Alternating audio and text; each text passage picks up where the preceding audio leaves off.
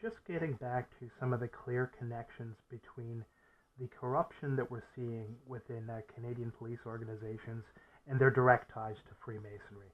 Now, you don't have to do much research to find out that Freemasons hold symbolism in great veneration. All the most important writers, Albert Pike, Albert Mackey, Manly P. Hall, talk about the importance of symbolism, often speaking through signs and symbols instead of words. Okay, so what we're going to look at here is we're going to see the Toronto Police logo here on the right side. And to the left, you see the symbol of the Baphomet, the androgynous goat creature that is also commonly associated with Satanism and is held in veneration at higher levels within Masonic lodges. They will deny this, of course, but the evidence is quite clear that this is the case. And if you do any even base level research, you'll be able to reach these conclusions as well with the Knights Templar and the Baphomet, going all the way back, which eventually later became Freemasonry.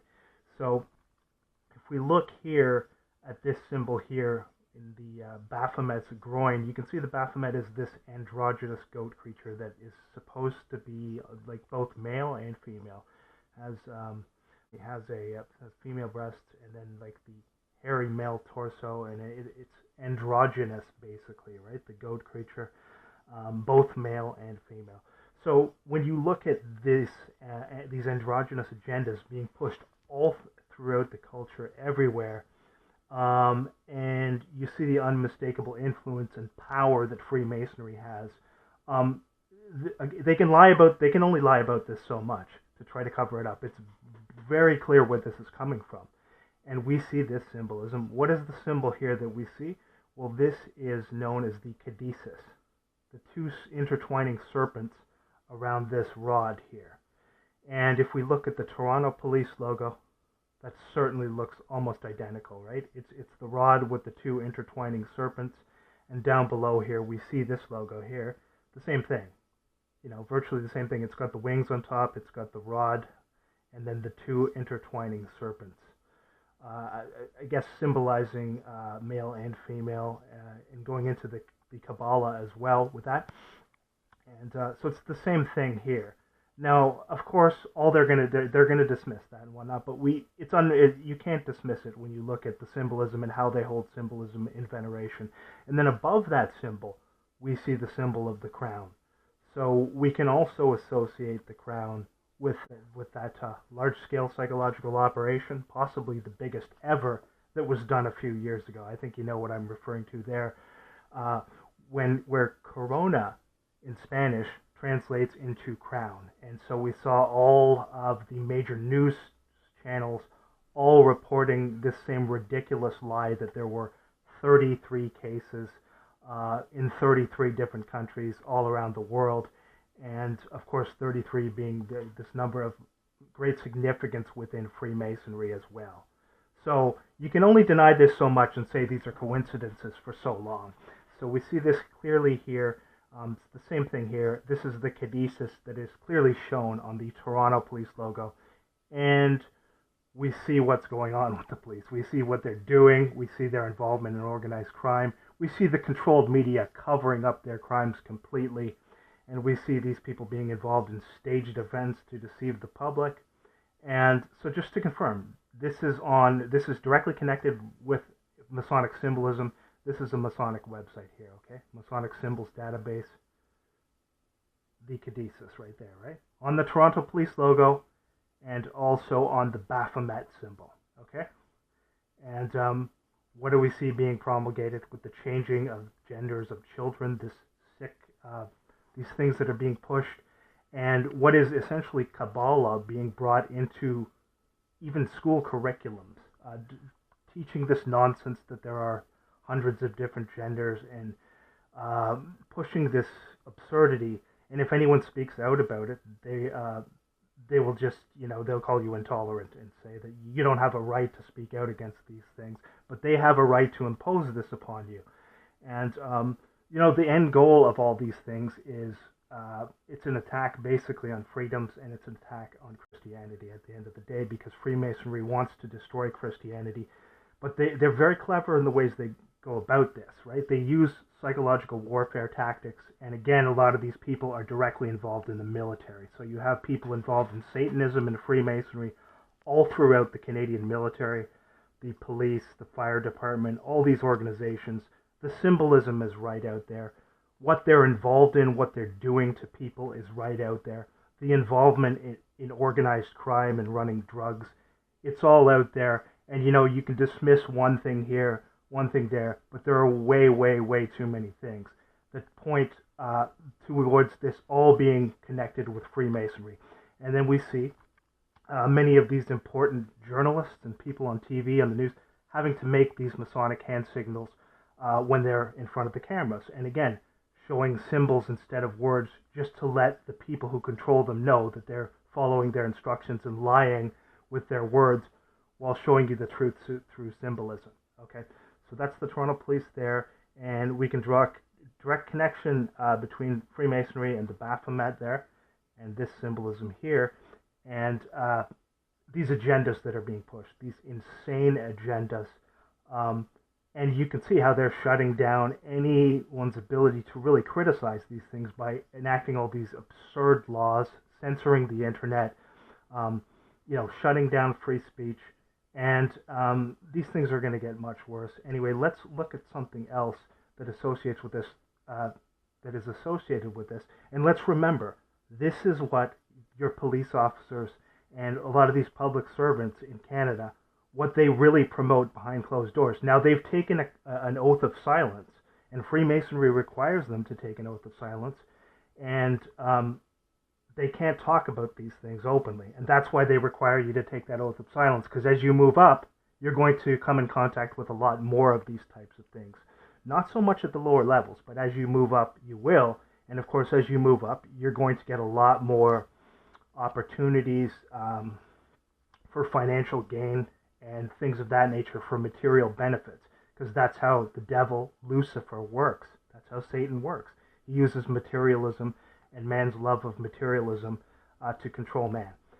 So let's just take a look at this here and see some further things that are connected with this, and what these criminals and the police who are terrorizing their own citizens, stalking them, running drugs. If you think that's any type of coincidence that most of these males are Freemasons, I'd say you need to start looking into this a little bit more and doing more research and starting to really think critically. Because these are times of mass deception, and these people are trying to impose tyranny, essentially shutting down people's rights to speak out against these things, while what they really promote, it speaks volumes about why they have to take a code of silence. And they won't break that code of silence. They'll just lie and lie and lie. And because there's so many of them all lying in unison, it eventually, unfortunately, rubs off into the consciousness of the public as a whole, and these lies take root through these mobs of people who they have all throughout the media and all throughout the pop culture to defend these criminal police and these Freemasons in all important political positions in this country, many of whom at the higher levels promote this. So let's take a look at this now. So it is undeniable that Freemasons hold symbolism in great veneration.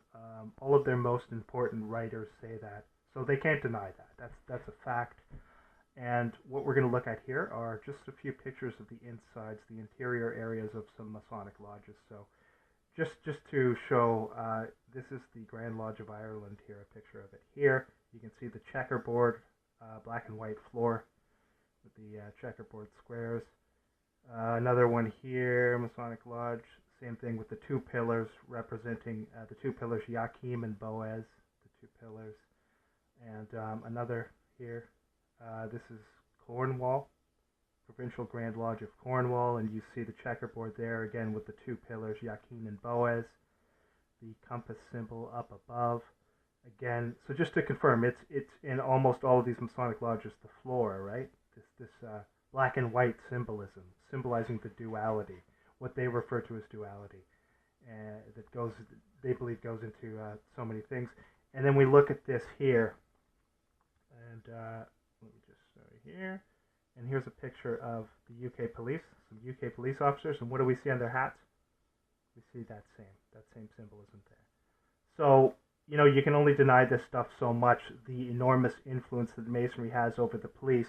Yet they will go out and claim that what they do in their free time is, that's private and it has no influence over what they do as officers, which is complete nonsense because you're seeing the symbolism right there and what they really represent. They represent Freemasonry. They don't represent serving the public anymore. Those days are gone, and now since community policing has been implemented and this whole communitarian system, without the consent of the overall public in so many countries around the world, any countries who don't accept this and who don't agree to take part in this system will be severely affected. They'll be cut off financially from these systems, and they'll be forced into a lot of problems because they won't get any financial support. And so anyone who tries to stand up against this, any countries that try to stand up against this, that's why so few of them can. So it's a system that's been implemented worldwide, and of course they recruit large segments of the population to take part in all of these different operations, including spying on their neighbors, including all of these things that you would see going on in countries like, the Soviet Union back in Joseph Stalin's time. The same operations are going on. These are set song operations where they target people who are truth speakers, people who might speak out against corruption, and then they use the media to cover that completely up and say anyone's crazy who talks about that. But the facts speak for themselves, and they can only lie about that so much.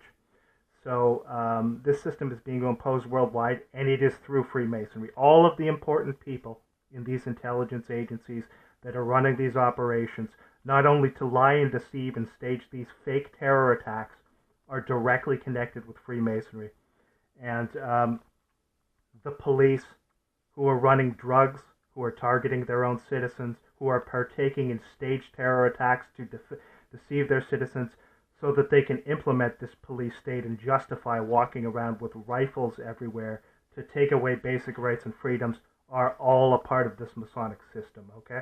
And that's a fact, and it is a system of tyranny run through Freemasonry, and it's such an extensive system of deceit that you have to really, it takes so much time to go through all of this stuff, but if you do some reading on communitarianism, if you're not awake to these things, that will help you a great deal, because it's an enormous system, and the system relies upon deceit. It relies upon using certain members of the population who they control, large segments of the population, who receive extra financial benefits for partaking in lying and deceiving and bearing false witness against their neighbors and reporting on their neighbors. And these are the people who they used to push that large-scale scam a few years back. Knowingly lying. These are people who raised their children to take part in these things, as sick as that is, to spy on their neighbors, to deceive, to lie, to report to the state. All of these things, but on a much larger scale now with the technology that they have. Okay? And because of the control of the media, particularly in Canada. In the UK, of course, all of the medias are controlled through the Crown, but even there in the UK, with all the police corruption, once in a while they'll run a few stories. I think it's just as smokescreens to try and make people think there's some oversight. In Canada, you'll never hear a negative story about Freemasonry. Freemasonry completely controls the media. There's a code of silence in reporting anything negative about Freemasonry. Yet we can see clear and provable connections to all of these things that are going on to destabilize the freedoms and the democratic process, being directly connected to Freemasonry and these people involved in it. And the lying and deceit is beyond belief. And so they have so many sophisticated methods to impose this tyranny. Right at the moment, they're not using brutal force yet. But why do you think they're trying to normalize seeing police officers, Freemason police officers? Clearly, that's the symbolism they represent. It's right there. And the symbolism speaks for itself. It's in all of the Masonic lodges.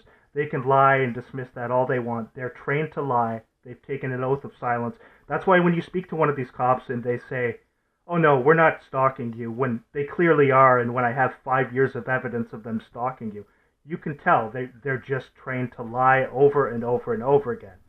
And these are the types of things they're doing to their citizens, and that's why the media, they need the media to run cover over these things, and the fake social media and these systems like X, where they just push all of these people who are paid liars, controlled by this enormous system of deceit, connected through Freemasonry and the military and these public service positions, which aren't public service, essentially.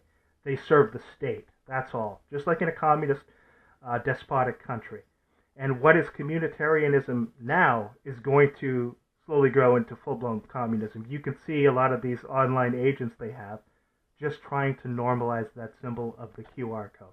Now, all you have to do is look at a few videos and you can see that, or do a little bit of online research, and you'll see that QR code is the exact symbol that you have to use to pay for anything in China.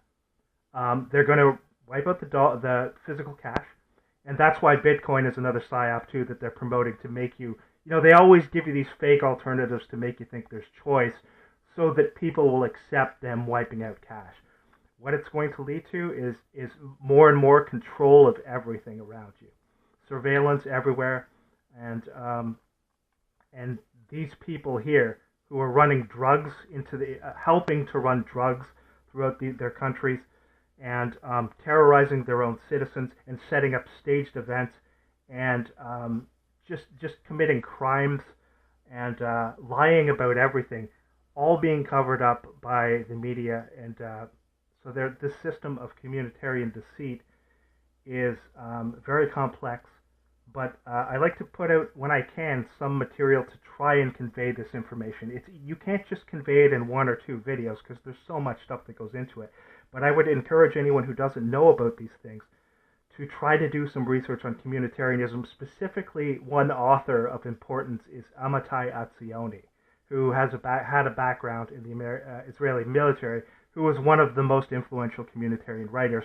Now, it's interesting to note is the Internet Archive, after I did a few videos talking about Etzioni, some of Etzioni's writings, just within a short time frame after that, most of his books have just disappeared from availability on the Internet Archive. So it still shows the book, but you can't sign it out or even read it. And it's interesting how the Internet Archive, you can see how most of these sites, pretty much these intelligence agencies exert a tremendous amount of control over them, just like YouTube and these other sites, these social media sites, which pretend to give you a little bit of freedom of speech. Essentially, what they're doing there is it's banning books, essentially, because they don't want people to read that material to understand this system that they have in place. And because of its complexity, a lot of people don't know about it or understand it. I didn't know about it before either. So you really have to do some research and do some reading, and I would encourage you to do that if you're not aware of these things. Now, they have a lot of people who are just paid to lie and deceive and try and interfere with anyone who would really promulgate the truth about these things. We're living in a time of mass deception, and they have endless amounts of liars online, just like they have endless amounts of people to stalk and gaslight you when you go outside, which creates a difficult situation. But nonetheless, the most important thing is continuing to speak the truth during these times until you are unable to until they completely shut down anyone's ability to do so.